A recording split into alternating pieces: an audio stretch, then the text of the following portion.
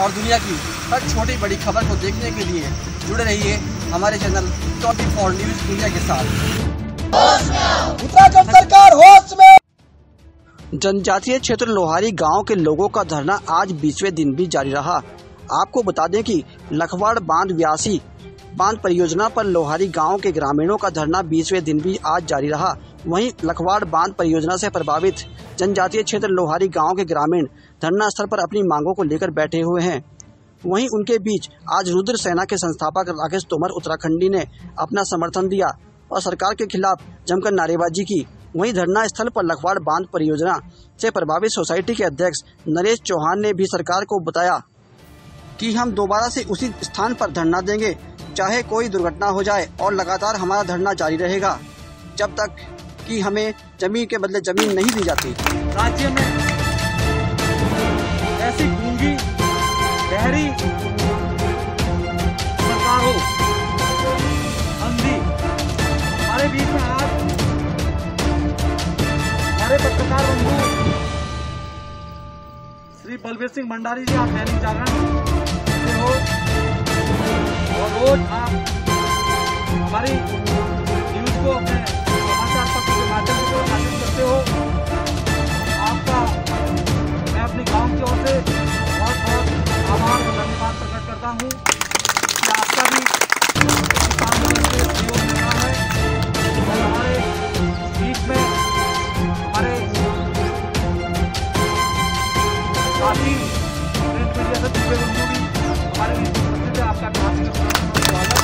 आप भी समय पर हमारे बीच में उपस्थित होते रहते हैं और हमें इलेक्ट्रिक मीडिया के माध्यम से हमारी बात को शासन प्रशासन और सरकार में पहुंचाते रहते हैं। आपका बहुत बहुत धन्यवाद। आज हमारे बीच में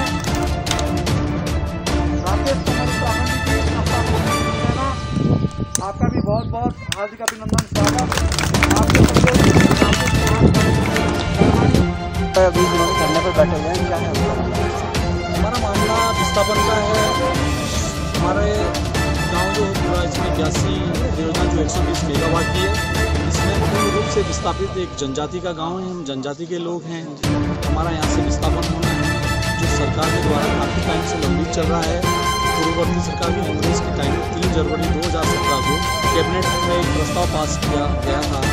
हमारी सरकार से आज मांग है कि उस प्रस्ताव को आप बहाल करो, उस कैबिनेट के फैसले को बहाल कर दो और उसी के अनुसार हमारा विस्थापन कर दो। हमारी सिर्फ यही मांग है। तो सर, जैसे कि शासन से कोई आया, अभी 13 तारीख को हमारे बीच में शासन की ओर से मीडियम प्रशासन श्री वीर सिंह विद्याल जी आए थे।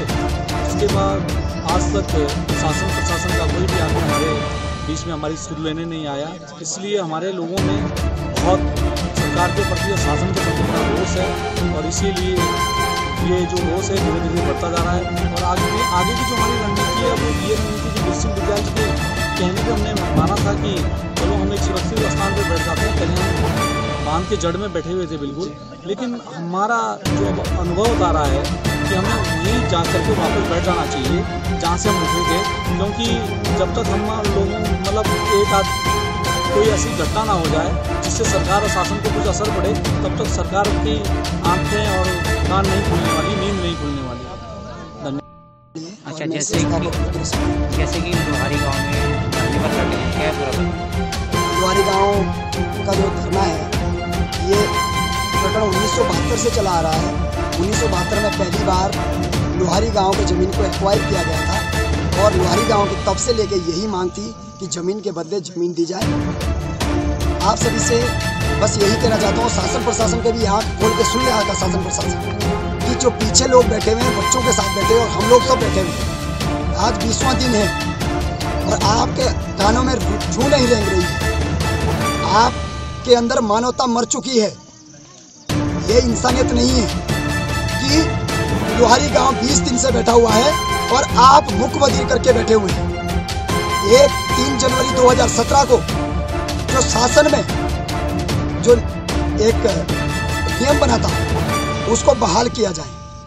उसमें सारी चीज़ें लिखी हुई है कि लोहारी गांव को किस तरीके से विस्तारित की जाए और उसमें लोहारी गांव के जितने भी ग्रामीण हैं वो संतुष्ट हुए थे। आखिर भाजपा सरकार आते ही ऐसा क्या हो गया कि इस नियम को बहाल नहीं किया गया है। मैं शासन प्रशासन से अनुरोध करता हूं, अभी सिर्फ लोहारी गांव और हम लोग बैठे हैं, कल के दिन पूरा जौनसार बाहर लोहारी गांव के साथ बैठने वाला है। फिर क्या करोगे? ये जो प्रोजेक्ट 90% काम हो चुका है, इसका काम भी तभी शुरू होगा जब लोहारी गांव की मांगों को पूरा किया जाएगा और इसको पूर्ण रूप से संतुष्ट किया जाएगा। आखिर क्यों ये दोहरा व्यवहार हो रहा है? यदि जौनसार बावर की बात है तो दोहरा व्यवहार हो रहा है। हम उत्तराखंड के निवासी हैं। जौनसार बावर के अंदर के जितने भी गांव हैं, उसमें से एक हमारा लोहारी गांव विलुप्त हो रहा है, विस्थापित हो रहा है। आखिर आपके कानों में जूं क्यों नहीं रेंग रही है? टिहरी की यदि बात करें, पूरे देहरादून में, बानियावाला में, ऋषिकेश में, हर जगह की जमीन दी गई है। आखिर क्यों? लोहारी गांव के 7,700 तालाब व्यवहार 1972 से लेकर क्यों हो रहा है? मैं यही सरकार से पूछना चाहता हूं। सरकार आएगी जाएगी, लेकिन जो हक लोहारी गांव का है उसे वो मिलना चाहिए। और फिर भी चेता देना चाहते हैं, जो जल समाधि की बात है वो दिमाग में रखना, क्योंकि यदि आपने मांग पूरी नहीं की तो राकेश उत्तराखंडी भी जल समाधि लेगा।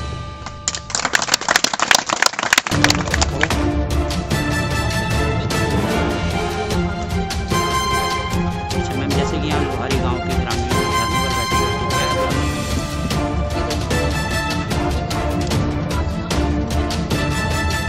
तो क्या मांगे लंबित पड़ी है सरकार में और पिछले 20 दिन से ये